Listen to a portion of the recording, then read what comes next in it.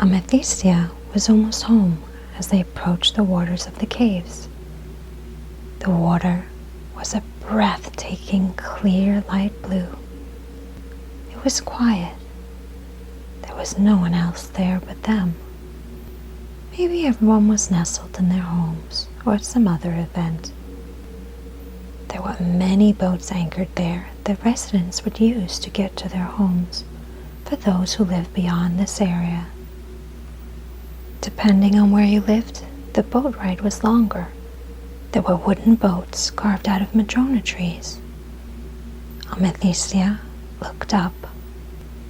Tiny, slim rays shined peeking through the cracks of the cave's canopy crevices from above, radiating like spears into the water so you could witness the beauty of the water. No matter how many times I've witnessed this beauty, it always brings joy to my heart, she said to Aleks as she gazed into the water looking at her reflection in his. Amethysia reached over to fill her water bottle, made from the local trees, so naturally it was green and blue. Her water bottle was decorated with a cord with a nut strung around it, both made from the trees of the land as well. The water coming through the cave canals came from the waterfall where everyone gathered their water from. It tasted like the clearest and purest you have ever had, and it was.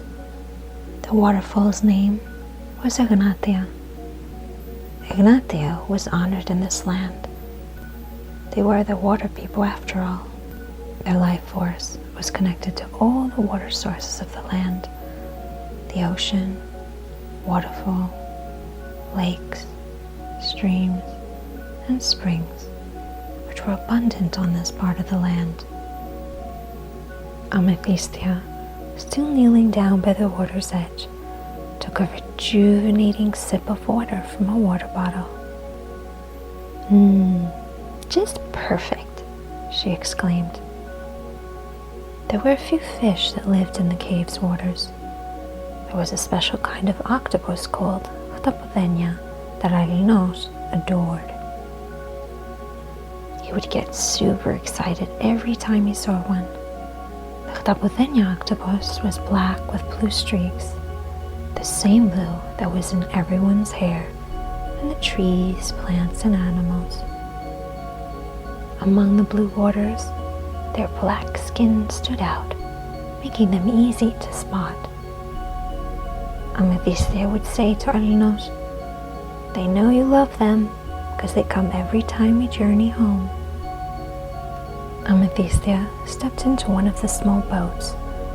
They were all for public use. Aleks did not enter the boat but jumped into the water. He was a great swimmer, like all the horses on the side of the island. Sometimes Amethysia chose to swim as well and used the water to carry her home without a boat. This time though, she was choosing not to. She had the narrated with her. Well, actually that wasn't the real reason, because she could swim and leave the narrated in the boat and move the boat along. Maybe she just wanted to admire the water from above today. It was time to depart. There were no oars, they didn't need them.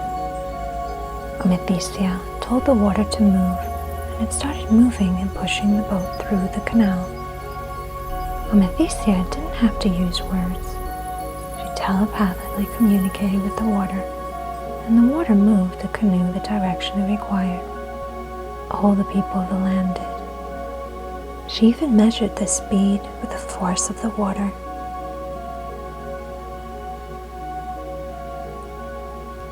They were almost home now, and Aleks was wondering why he had not seen a single octopus.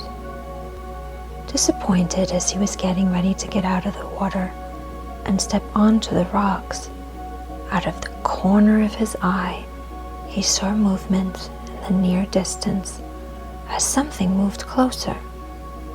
It was an octopus.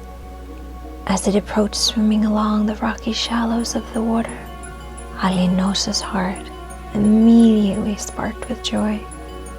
He got super excited, bouncing and splashing among the water. Amethysta shook her head with a tender smile as she disembarked from the canoe. She then instructed the water with the waving of her hands to bring the canoe back to its original spot where it started. Just a few steps away was the door to her cave. She entered an archway with a huge wooden door engraved with the native symbol of water and the indigenous platypus of her people. As you walked in the door, hanging from the ceiling by the entrance was an orange snakeskin from the land of Iphestos, given to her by a special friend. Then began this unfolding of exquisite fabric flowing from the ceiling to the ground that you parted to enter her cozy home. You could hear the tranquil sound of water, and if you looked up, you saw this lovely deep blue aqua water running and cascading throughout her whole cave, creating the most peaceful sound and visual. Amethysta lowered her hood off her head.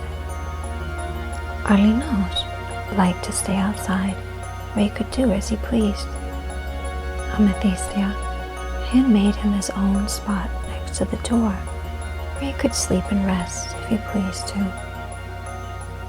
But mostly he stayed by the water's edge, went for walks in the surrounding area, probably looking for octopuses. Happy to be home, Amethysta walked down the hall lit by candles. To the left of her cave was her kitchen, crafted from wood by the blue and green trees of the land. Traveling along the ceiling ledge was water trickling down upon cascading plants that grew draping down from above, creating a lush feeling, along with beautiful green and blue fabric, draped elegantly, flowing throughout her whole house like the sea's waves. From the moment you stepped into Amethysta's home, you were transported to another realm. The flow of the water continued flowing down the hall as you walked to another doorway, decorated in sparkling dragonflies, flickering as if they were real and moving. The land of Nafsithoi was known for its many species of dragonflies, where the people were visited in their homes, often by their presence. As you continued walking to your left down the corridor, there were steps entering lower into a cave room. The entrance was covered with a continuous flow of fabric that draped and softly twisted above with a green and black platypus, high above, with dragonflies as lights that shimmered ever so slightly, peeking through the fabric, creating the most lovely ambience. The room was large, and the bed was carved out of the cave's rock formations with a swishy water mattress and colorful pillows.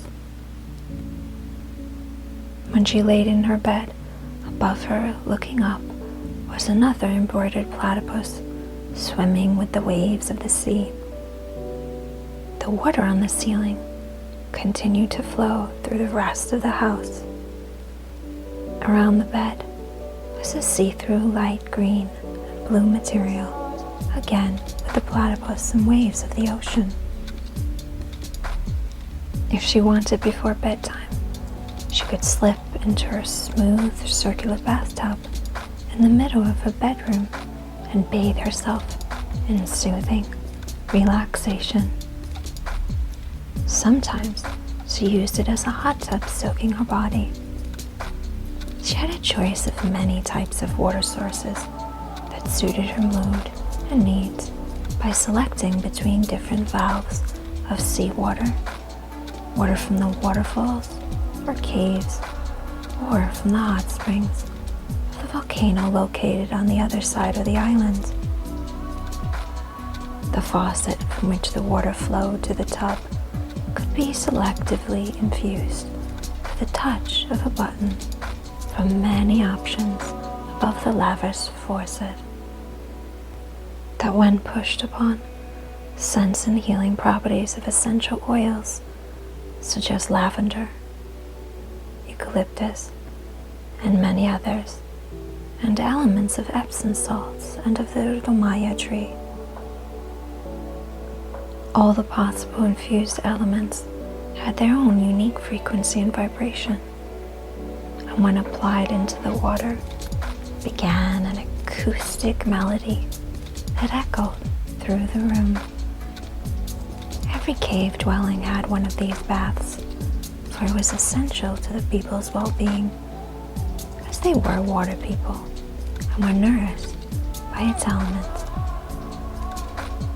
To one side of the bath was a huge tall wood bookcase with perfectly uneven textured shelves, with layers and layers of books of all kinds, some handwritten from her lineage.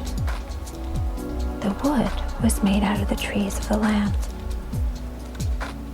Further down the hall from a bedroom was a traditional bathroom with cupboards and lots of shelves carved and placed into the cave's wall, holding out toiletries and personal goods. Her sink was carved into the wall as well, into the shape of a platypus, and its faucet for running water was a snout. Above it was an oval mirror, chiseled out of wood from the nearby forest. To walk to the sink, we passed through draping fabric, leading to her mirror adorned with colorful beads and charms she collected from her travels. She had an unusual dresser carved out of a stone from the labradorite family called Sia that was only found in her homeland. She also had something else that was unique in her bathroom, something she made for a special friend. Dug into the cave's floor was a circular water pond with plankton. It was for Oriona, her platypus friend, that one day came in through the flowing water canal of the cave, and they became friends. So she built him a special pond in which he could come and enjoy himself whenever he visited and stay as long as he pleased. He played an important part in her life. She enjoyed watching him playing around in the pond. Sometimes Idothea wouldn't see him for months, and other times more frequently, as he would come and stay for a period of time. She always had live fresh plankton in the pond, and so the water always sparkled when it moved around and casted a magical, shimmering reflection upon the ceiling above. Upon the ceiling was another spectacular spectacle of water streaming along the ceiling, then dropping down in certain spots below, about 2 feet, where it remained suspended in the air without dripping as it moved up and down in constant motion, like a mini magical waterfall.